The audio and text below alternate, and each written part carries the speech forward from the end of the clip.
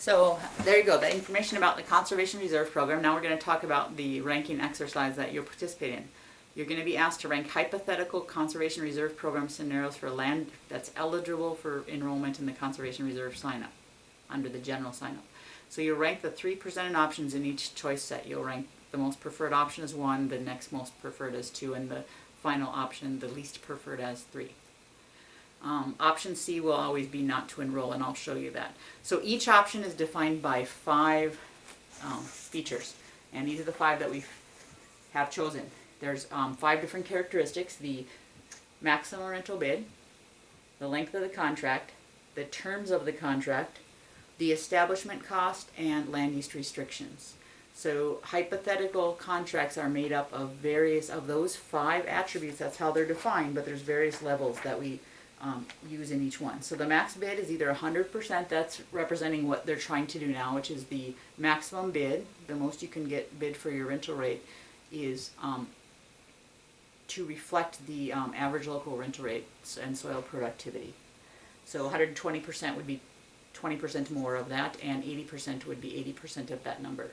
So a lower an average or a higher contract rental rate. On the length of the contract, right now the general sign-up is 10 years. Another option is 15 years. The terms of the contract are either fixed to start like they are now, so you lock in your annual bid for the entire length of the contract, or it will be readjusted every 5 years. Readjusted either up or down to whatever level you had. So if it was at 100%, then it would be readjusted again to 100%, whatever 100% is at that time, every 5 years.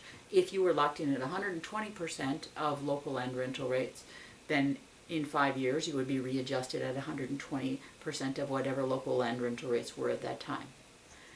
Terms of the contract, so they're either fixed at the start or readjusted. The establishment cost, 50% paid by the government. That's to establish the whatever you're growing on that land, the stand of grass or trees or whatever it is. 50% paid by you, 50% paid by the government. The other option is 100% that the government covers the entire cost of that establishment. And the final feature is land use restrictions. One option is idle. You can't use it at all, other than to maintain it, weed control, and so on.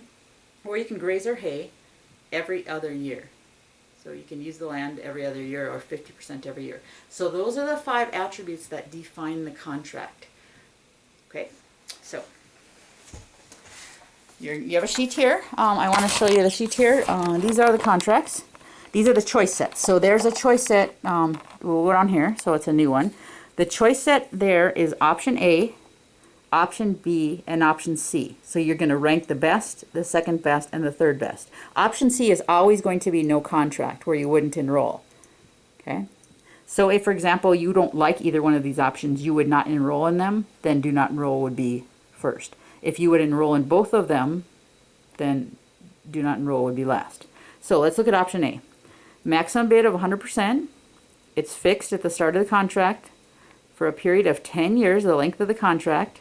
The government's paying 100% of the establishment cost, and you cannot use the land. Okay.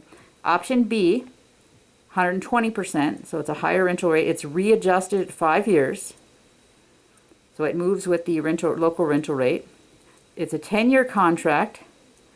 The establishment cost is 50% paid by the government, 50% paid by you, and you can't use the land. So the first one you can both of them you cannot use the land in this case.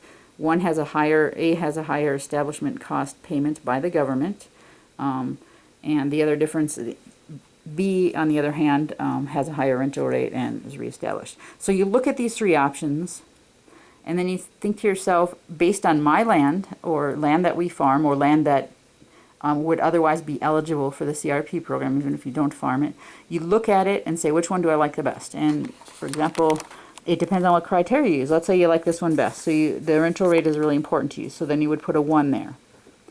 And if this one you would not, option A, you would not enroll in, then your next choice would be do not enroll. Sorry. The next choice would be do not enroll. And then this, of course, would be the third option. Okay? So then you'll look at, you'll turn the page. On the back, to make you dizzy here. Okay, so then you'll have the same thing. So the option C is always do not enroll. They're just another choice set. And then it continues on 23 times, which seems like a lot, but it will go very fast. Never taken anybody more than 10 minutes to do this, even the most thoughtful considerers. And once you're done ranking them, if you could answer the questions on the survey about your social demographics and so on, and then you will put, if you are a student, you'll put that, you'll attach it to the envelope with a paper clip, and you will write your parent's name and mailing address on the envelope. Actually, just put yours in the envelope. That'll make it easier to code them. So put your sheet, your survey, your completed survey in the envelope. On the outside of the envelope, put your parents or who you farm with, their contact information. What we're going to do is we're going to take your survey out and we're going to put a brand new clean one in for them and mail it to them. We're going to put an identifying code that says this is the student and this is their relative, so that later on we can match up and see how generational differences affect how you see CRP. So we appreciate it. You're getting 5 extra credit points, which is not a lot, but you will contribute greatly to the research as we mentioned. So we really appreciate it, and go ahead and get started. If you have any questions, let me know. Thanks.